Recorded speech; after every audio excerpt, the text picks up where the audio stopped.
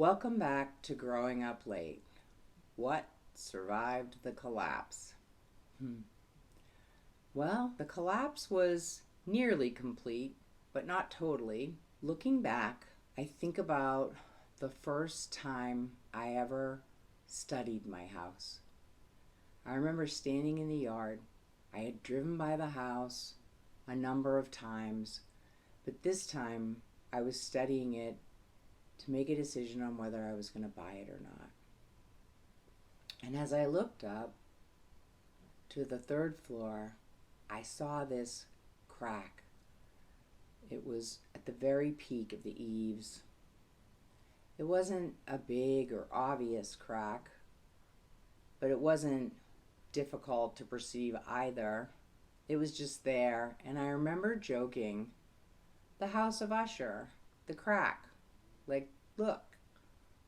And as I reflect on that, I think maybe the house knew. Maybe the house was telling me long before I was willing to tell myself the truth that there were cracks all the way down to the foundation. But in the house of Usher, the fall was complete. The house collapses into the tarn and disappears. The family lineage ends right then and there. The collapse is complete. Nothing is left. But that isn't quite my story. I survived. And I have come to know that hardship does not build character, it reveals it. And I had been taken down to the proverbial studs. It was a do-over. I had to figure out all kinds of new things, like what were my lines in the sand? Where were the boundaries? Everything had to be reset. It was like a late in life do-over. Everything was new. And in the end, I think it had the effect of kicking me upstairs. But first, there was a lot of work and building to do. And at one point, I was really fortunate to have good friends who I could trust that gave me counsel on kind of the day-to-day basic tactical, do this, do that. Don't forget to eat. Don't forget to take care of yourself. Walk the dog. And in line with putting one foot in front of the other, one day I decided to take a break from the overwhelm and just take myself to the grocery store and get a snack and maybe pick up a few groceries. Sounds simple enough. Definitely sounds like a break in the action after everything that I'd been going through. So I marched myself into the grocery store, which I am well familiar with, and it's something I should be great at. Roll the cart into the back of the, figure it out. Go grocery shopping. How hard is that? All I can tell you is that I walked through the door of the supercenter and I can picture it like it was yesterday. And I grabbed a cart and I looked up and it seemed cavernous. It seemed bright and chaotic and overwhelming, noisy. It was loud, and I felt a sense of overwhelm and anxiety. But I strolled my car to the back of the store and found myself in the snack aisle. Picked up a bag of Cool Ranch Doritos. Why? I don't like Cool Ranch Doritos. My son did. He's grown and gone. And maybe salt and vinegar chips. No, those were my husband's favorite. How about these? This is it. No, that's what the girls like. I stood there in the middle of the aisle having a quiet little nervous breakdown to myself over the selection of a snack item. It was ridiculous. I felt so off. Well, I mustered my senses and myself together, pulled myself together and thought, like everything else, you're just gonna have to make a choice.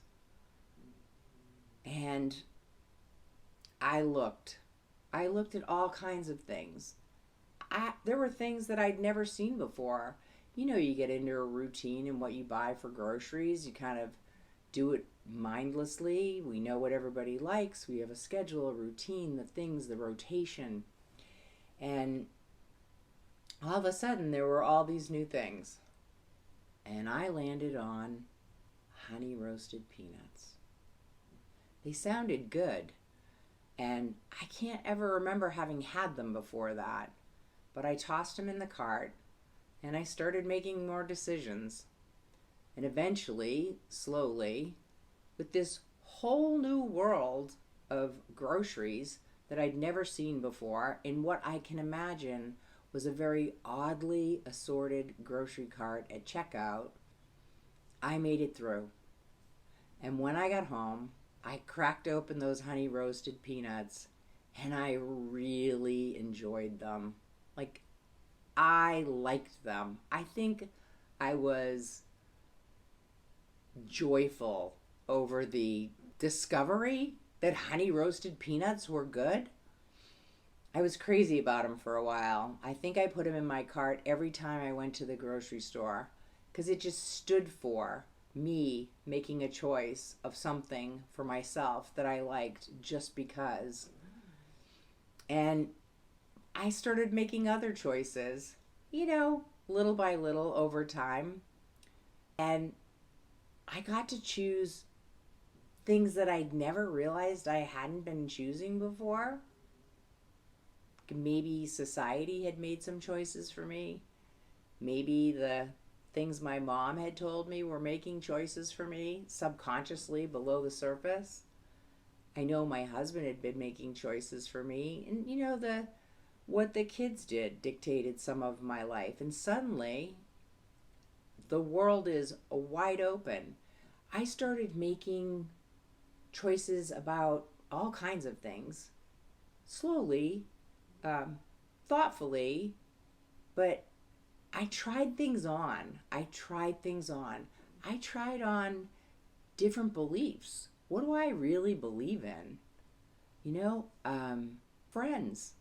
I tried on different, how is it to have a friendship like this or like that? I tried on different ideas. I tried on lots of different types of food. Some of the things I chose were not a fit. Other things I couldn't believe I'd been living my whole life without. I love to make homemade whipped cream. I mean, the list goes on. I just started kind of experiencing my life in different ways. And I realized that not all of what happened was awful and horrible, because here I was getting a kind of late in life do-over and being able to select things for myself, choices that I before that had denied myself or didn't know existed. And I remember for about the first year, a good friend of mine had suggested something she'd done after a divorce. When she'd gotten divorced, it was the AAA guide, and when I got divorced, it was more Facebook events. So she had done everything in the AAA guide that was free. And so I thought, well, I'm going to try on all the things in my community. I went to everything.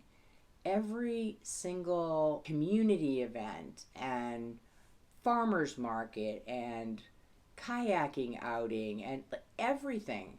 I found out I love to kayak. I really am a good gardener.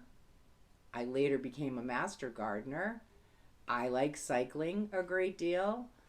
Um, and then I found out things that I absolutely didn't like. I didn't go to a stamp collecting meeting, but I had done that in junior high and I thought about it. Not my thing. But a lot of things were my thing.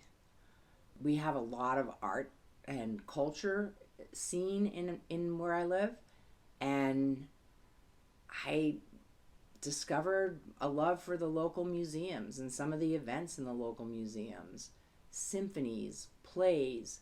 I went to everything. At first it was everything that was free, and then when I found something I liked, I just went to more of it. And I met different people through these things, and it shaped some of my beliefs and ideas and choices moving forward. I was rebuilding anew, and this was a really exciting period. I had sadness, sure. There was loss and grief getting processed along the way, but I sure did stay busy figuring out what things did fit me now. And it was so completely different than what I had been doing. I mean, had I been just playing a role before, or was this just a new stage? I tried really hard not to judge it and just go with it. I remember it being a really joyful and expansive period of time, even though my finances were still kind of shaky and I was playing it a lot by ear. It was good. And, I had a few good girlfriends that I would spend time with, and there's a million things that we found to do for free. There's some great walking trails and some cool downtown places that we could hang out for a lunch or whatever, no big deal, and talk and discuss ideas and beliefs and what we thought was going on with ourselves and with the world and whatnot. And it was really good support as I struggled through the being divorced and what those relationships look like now, and the kids and all that other stuff, that you just have to find new ways of maintaining those relationships. And a lot of relationships and friendships fell by the wayside too. And it was really weird because one day we were sitting at lunch talking about some of this stuff, and it was a little exhilarating to be discovering new things and finding things that were interesting and fulfilling and meaningful. Even the way I made friends, go for a cup of coffee, see if you have any common ground, then go for lunch. I was never so cautious in relationships before, or sensible about how I formed relationships. And it really did change for me, and so much so for the better. And so we were talking about the things we choose for ourselves, and I remember saying that I loved organic raspberries. And we just had a laugh because it was that we should all feel about ourselves the way organic raspberries do. And it was something along the lines of we all need to have the audacity of organic raspberries. Those suckers think they're worth $6 a pint. That's the kind of confidence I wanted to have. That's the kind of esteem I wanted to feel. And it was really I get to want and like beautiful things, and I worked hard for these things now. And it was just, I don't know, the kind of second chance that not everybody gets, and you may be offered the opportunity to do it once or more than once in your life, but you have to take it. And I was definitely taking it. I experimented and tried on so many things, and in all those events and whatnot, I mean, I was figuring out who I was. I had this notion that in the rebuilding that I was going to reconstruct the life I had led and thought maybe I was supposed to live and what it should look like.